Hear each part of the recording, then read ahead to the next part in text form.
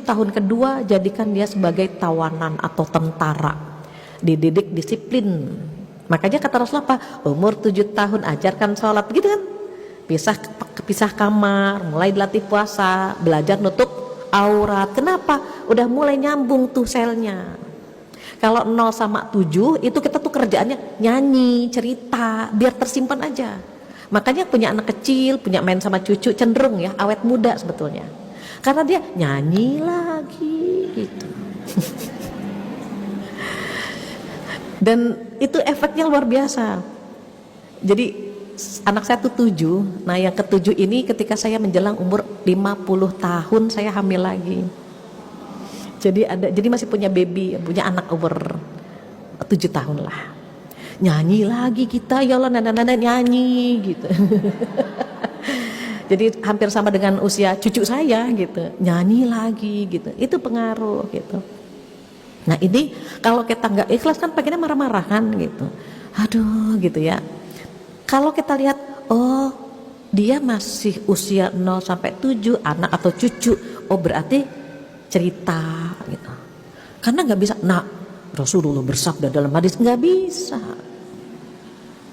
Melatih dia makan, melatih dia gitu ya, belajar, sholat, apa tuh semuanya kalau nggak pakai cerita pakai lagu. Kalau nggak dia mumet gitu ya, apa stres gitu. Terus bagaimana kalau tujuan kedua dididik disiplin. Nah baju kotor di mana? Sepatu di mana sepatu? Gitu. Udah mulai sholatnya mau jam berapa? Misalnya sholat asar mau jam 4 atau jam 5 gitu kan. Nanti mendekati itu masa 10 tahun, masa murahakoh, mendekati baligh. Jadi kalau balik dia udah siap terbang, udah bisa sholat, bisa tutup aurat, bisa gitu. Banyak jamaah yang bertanya begini, Bu Fatia, anak saya umur 17 tahun, terus dia nggak pernah puasa, setiap puasa kalah terus, boleh nggak bayar fidyah? Halo, 17 masa bayar fidyah, saya bilang. Itu buat lansia. Kenapa?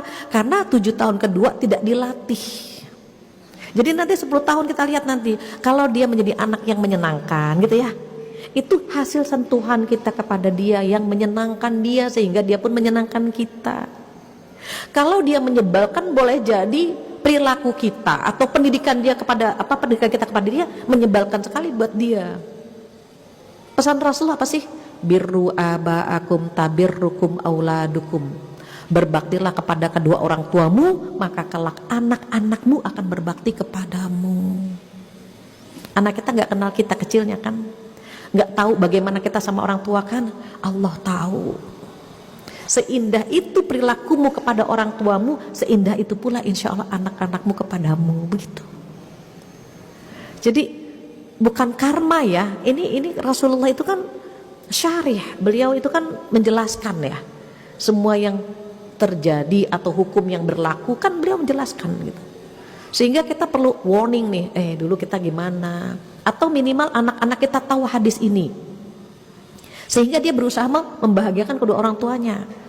Ada di surat Al-Isra ayat 23, surat 17. A'udzubillahi minasyaitonirrajim, wa qad rabbuka alla ta'budu illa iyyah wa bil walidaini ihsana. Nah itu perintah menyembah Allah dengan perintah berbakti kepada orang tua tuh nempel di situ. Dan dua-duanya hukumnya wajib. Anak-anak harus tahu ini. Anak-anak terkadang tidak tahu bagaimana cara berbakti kepada orang tua. Kita yang tahu, kita yang menyampaikan. Anak-anak terkadang tidak tahu bagaimana menyenangkan orang tua. Kita yang menceritakan. Sehingga ayat ini bisa diamalkan oleh mereka. Sharing sedikit. Suatu hari anak-anak kalau udah zikir main game, zikirnya gini kan, udah kalau udah zikir disuruh tuh susah gitu kan, nanti lama gitu ya. Nah makanya 7 tahun kedua capeknya di hati. Aduh, nah sholat tar kita ditembak terus, mandi nak nanti gitu, capek hati kita kan, semuanya kapan gitu. Orang tua pengennya apa?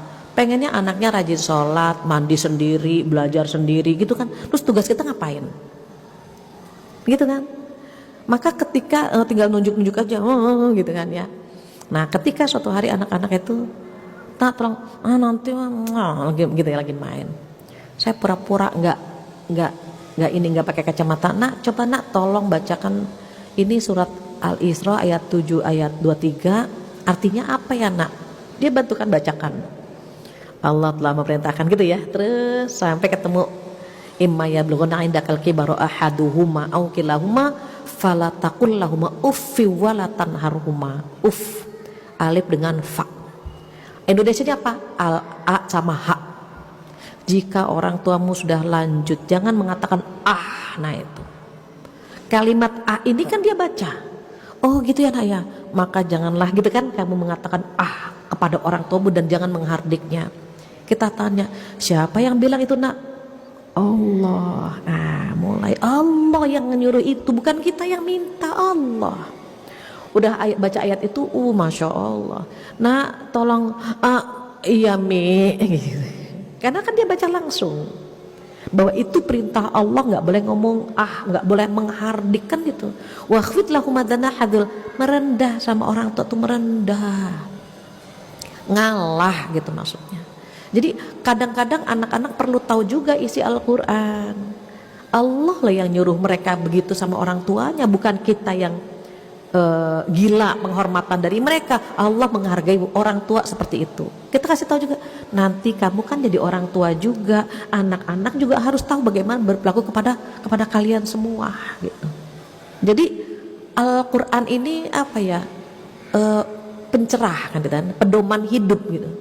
Seperti jam dinding, kita akan tahu jam dinding, jam berapa kita bangun, jam berapa kita sarapan, jam berapa kita sholat, itu kan jam dinding. Sekarang jam dindingnya dicopot, kita injek-injek, rusak, kita kebingungan, ini sekarang jam berapa sih, kan gitu. Ini waktunya apa, waktunya makan atau waktunya main atau waktunya tidur, kita nggak pernah tahu. Sama kalau Al-Quran tidak dijadikan pedoman hidup, kita akan buta, kita akan kosong, bingung ini tujuan hidup apa sih gitu.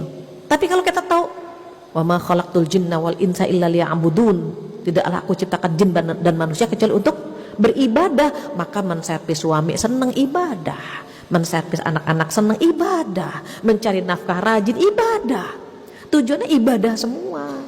Maka kalau misalnya suami tengtong agak debat kecil, ya Allah mau masuk surga susah banget ya Allah gitu. Kadang-kadang suami nyebelin. Dalam pendidikan anak itu kan kita nggak satu visi sama suami. Kata suami juga sama, ya Allah istriku ini jelek, udah jelek cerewet lagi gitu, sama.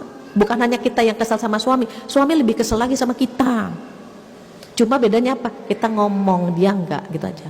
Suami itu lebih sering ikut aliran kebatinan, tekanan batin. Sama sebetulnya, kita kadang-kadang kita pengen anak begini gitu ya, suami begitu, itu biasa gitu. Karena Allah udah ngasih bocoran. Tapi kalau kita memaafkan tuh luar biasa.